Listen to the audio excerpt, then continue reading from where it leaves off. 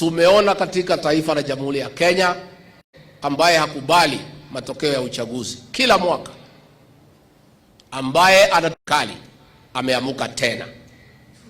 Huyu mzee mwaka wa 1992 alifanya mapinduzi ya rais wa mapinduzi ambaye mwenyewe aliongoza. Wakenya wengi wakakufa, wapoteza kazi zao.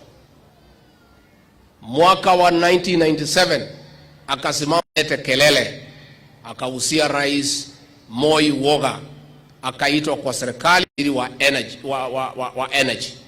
Akakuja akakoroga serikali ya Moi mpaka mwaka 2007 akalete furugu, akalete mauaji, akalete vita, kukaitwa watu kutoka ng'ambo, akaingizwa ndani ya serikali akapoa. Rais wetu huyu saa hii alikuwa makamu wa Uhuru Kenyatta, akamwambia atembee tena, akalete fujo, akauzia Uhuru Kenyatta yake kupitia handshake. Akakuja akasabaratisha serikali ya Uhuru Kenyatta, akakuja akata nyumbani, unga ulikuwa umepanda, ulikuwa 230. Akakuja akalete mchafuko kwa serikali ya Uhuru Kenyatta. Tukamwambia huyu mzee unatuletea, hatuwezi kubali maneno yake kwa sababu tunamjua. Mtu ya kuleta mauaji ni mtu ya kuharibu mali ya watu. Na tukamwambia Uhuru Kenyatta huyu, wakamkataa, wakamwambia atembee. Wakamchagua William Ruto kama rais wa Jamhuri ya Kenya. Yes, akashindwa. Akaambiwa William Ruto amechaguliwa, wakasema huu uchaguzi ulikuwa huru na haki. Na ndio rais William Ruto akaapishwa. Na akapeana zile instruments ya power kwa William Ruto. Ameanza maandamano, ameanza fujo, ameanza kuchafua amani, ameanza kuharibu mali ya. Inaanza alipanga vijana wakakodishwa pale Kitengela kwa kina mama hapa Nakuru na kwingineko. Hao vijana wakapiga watu, wakaibia watu, watu 9 wakakufa. As a government, we have said enough is enough. Raila Odinga had to cause violence, to create deaths, to destroy property. We have a responsibility as a government to protect life and property. Ile takuwa wacha ikue. Kwa sababu mtu moja hawezi subua watu miaka 40. Hawezekani. Na sisi tulimwambia Uhuru Kenyatta, alijaribu kutusukumia huyu mzee. Tukalika. Ni yule tunamjua. Mtu ya fujo, sasa anataka kuleta maafa, kuharibu mali ya watu, ati yauzie rais William Ruto na mimi uoga, ati tumuite, ati tugawane serikali, ati yakuja kwa serikali yetu hapa Nakuru.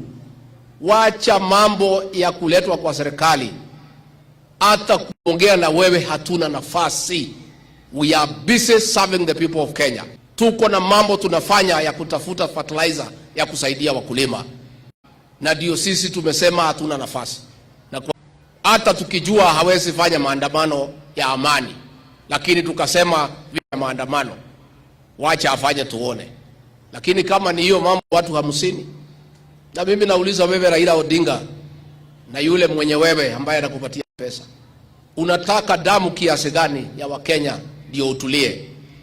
How many years? Nini unajaribu kutafuta? Where are you going to start? If you have gone to the people of, they have told you they cannot accept your leadership because you are the Lord of violence, you are the Lord of destruction, you are a chaotic person. Anywhere you have been, that is why the people of Kenya have rejected you.